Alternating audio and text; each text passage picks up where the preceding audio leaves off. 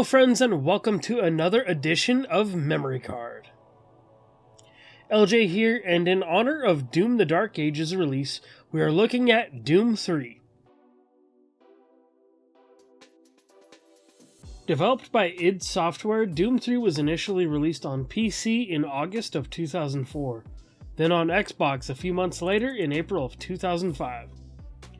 It was remastered for the BFG edition in 2012 on PC, Xbox 360, and PS3. This is the version that I played for the video. And finally, the BFG version of Doom 3 was re-released for Xbox One, PS4, and Nintendo Switch in July of 2019. This game has been re-released so many times for the past few decades, and guess what? I've purchased it every time. Doom 3 is a first-person shooter with survival horror elements. That describes what makes the game so divisive among fans and critics.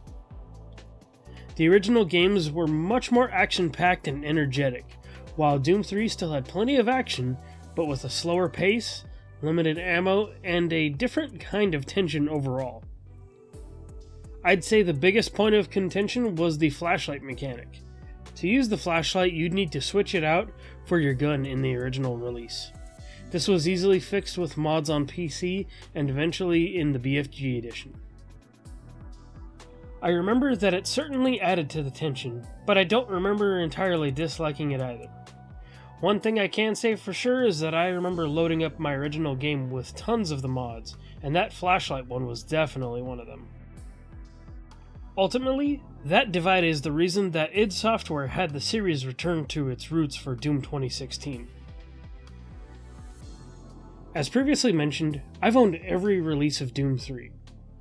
I was a huge fan of the original games when I was a kid, so I was ecstatic when my dad got it for me on Windows not long after it released at Best Buy. I also recall renting the console version at one point and running through the entire thing with God Mode enabled.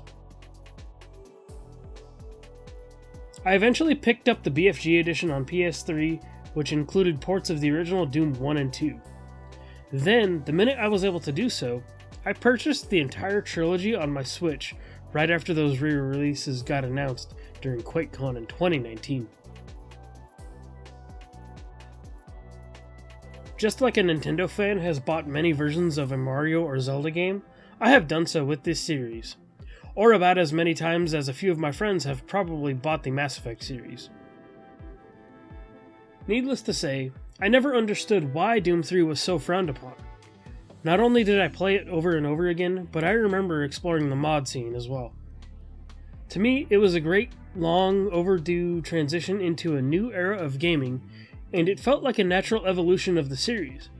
But after all those years, how does it hold up? After my time jumping back in, it does, and it doesn't. The character models are where it takes its biggest hit, though I still really dig the creature design. I should also mention that the environments are still pretty good looking. Doom 3 shares more in common with games like Deus Ex, Bioshock, System Shock, Riddick Escape from Butcher Bay, and even Dead Space. It feels more influenced by that immersive sim style of game, while bearing similarities to what modern survival horror games have become. I was impressed by how well the game introduces its setting. You're sent to a big corporation's research base on Mars, and you learn quickly that working there isn't as cool as it might sound. Working conditions are terrible, and nefarious plans are taking place behind the scenes before the whole place literally goes to hell. I do want to make note that this game is no longer canon, unfortunately.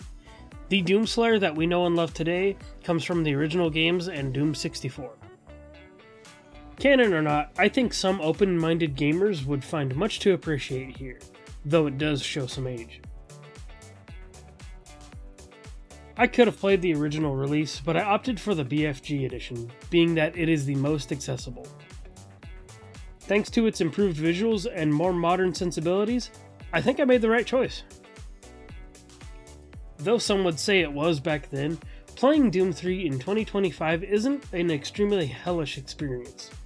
It is a fun relic of gaming history that is made readily available to play at any time, which can't be said for many of the old games we used to know and love back in the day.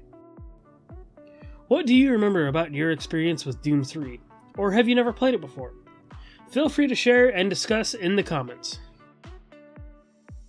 And that puts another memory card in the books. I'm LJ, signing off and collecting my XP.